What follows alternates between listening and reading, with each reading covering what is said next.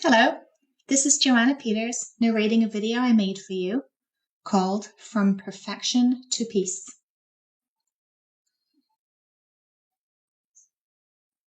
First off, think back. When did you learn that perfectionism was a good thing? There are a number of things in our society that perpetuate this thinking. I'm quite sure, though, that when our brave ancestors were fighting for the right for women's equality, they were fighting for our rights, not fighting for the obligation to do it all and to do it all perfectly, or we should feel bad about ourselves. TV and social media doesn't help, if you believe the images that other women seem to have it all figured out. Part of perfectionism is seeking external validation. That is, giving the power of whether you are doing well in your life to others to vote on. For some of us, this is a faceless crowd, dotted perhaps with faces from high school, having an imaginary vote at the end of each day if we measured up to our unrealistic standards. Seeking external approval or validation is a childhood wound that starts all this nonsense of perfectionism off. Perhaps getting attention was harder from one parent, so you felt you had to work harder for it. Or perhaps you were yelled at harshly for mistakes and are trying now not to make any.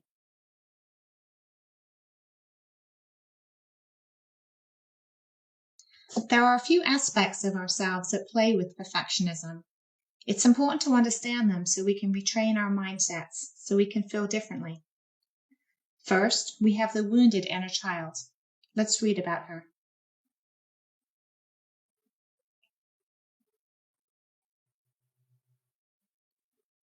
Pause the video at any time so you can really absorb and understand these different parts of you. There's also a mean inner voice, or inner critic, or as I like to call her, Sergeant Mean Bossy Pants. Let's read about her.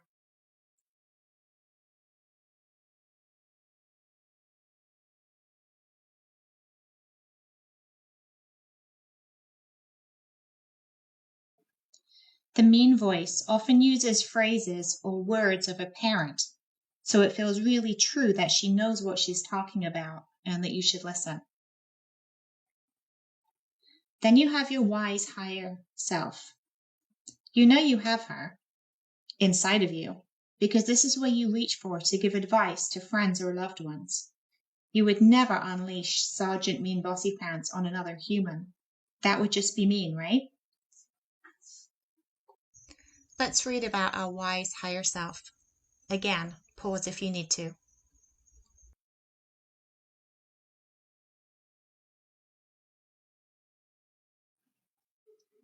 Depending upon how long you've been a perfectionist, you may have fallen into the all or nothing cycles of success in your life. This cycle is why many perfectionists have areas of their lives that feel completely out of control. Their weight or clutter in their homes, for example. The all part of this phase is exhausting, so they settle for nothing and feel shame about it. Read about the cycle and see if it's familiar to you.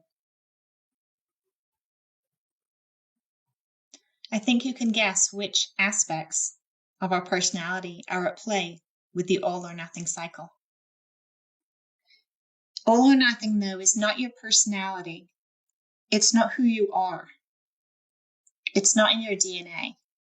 It's just a wounded mindset playing out and is completely fixable. Let's talk about how. Before we can retrain our mindset to support us instead of torture us, we need to get back into our bodies and out of our heads. 3 steps to a peaceful body. First of all, you need to choose to take the first step out of this mindset and name it. This is perfectionism. I know what to do. Then get out of your head and back into your body using your senses. Our senses are in the right now, not in the future, not in the past. So connecting to our body helps this process. Once we're in our body, we can reach for and connect our body to our source of love. This is personal, your spirituality, or your faith. Once we are connected to our bodies and our source of light, we can hear our wise higher selves more clearly and work to retrain our mindset around perfection. We can discern our wounded thinking from divine truth.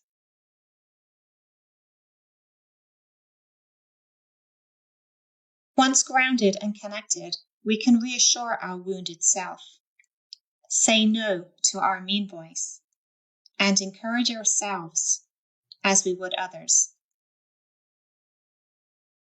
Our wounded inner child needs reassurance and healing. Her wounds are valid based on childhood experiences. Our mean inner critic, or Sergeant Mean Bossy Pants, is open to being retrained to support you.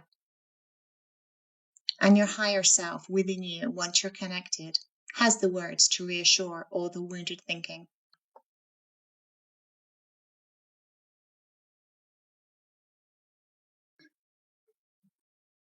Once you're grounded and connected, let the loving light pour in.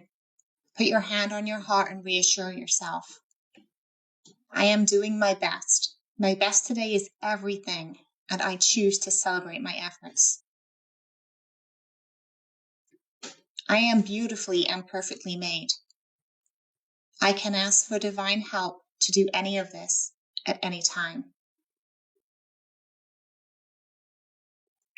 You are so loved and supported.